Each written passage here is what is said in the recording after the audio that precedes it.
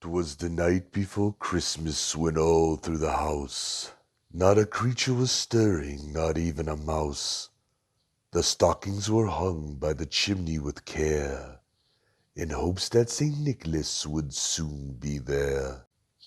The children were nestled all snug in their beds, while visions of sugar plums danced in their heads.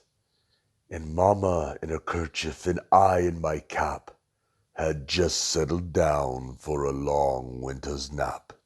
When out on the lawn there arose such a clatter, I sprung from my bed to see what was the matter. Away to the window I flew like a flash, tore open the shutters and threw up the sash.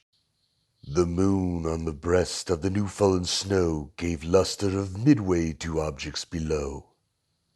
When what to my wondering eyes should appear? But a miniature sleigh and 8 tiny reindeer. With a little old driver so lively and quick, I knew in a moment it must be Saint Nick. More rapid than eagles his coursers they came, and he whistled and shouted and called them by name. Now Dasher, now Dancer, now Prancer and Vixen, on Comet, on Cupid, on Donner and Blitzen, to the top of the porch, to the top of the wall, now dash away, dash away, dash away all. As dry leaves that before the wild hurricane fly, when they meet with an obstacle mount to the sky, so up to the housetop the coursers they flew, with a sleigh full of toys and St. Nicholas too.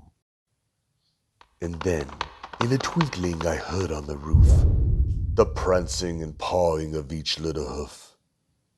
As I drew in my head and was turning around, down the chimney St. Nicholas came with a bound. He was dressed all in fur from his head to his foot, and his clothes were all tarnished with ashes and soot. A bundle of toys he had flung on his back, and he looked like a peddler just opening his pack. His eyes, how they twinkled, his dimples, how merry, his cheeks were like roses, his nose like a cherry. His droll little mouth was drawn up like a bow, and the beard of his chin was as white as the snow. The stump of a pipe he held tight in his teeth, and the smoke it encircled his head like a wreath. He had a broad face and a little round belly that shook when he laughed like a bowl full of jelly. He was chubby and plump, a right jolly old elf, and I laughed when I saw him in spite of myself.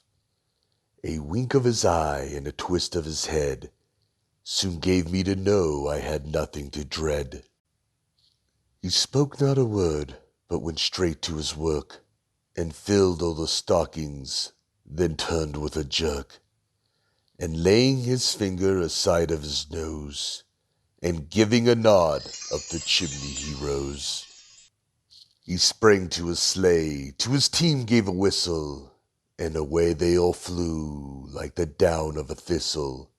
But I heard him explain ere he drove out of sight, Merry Christmas to all, and to all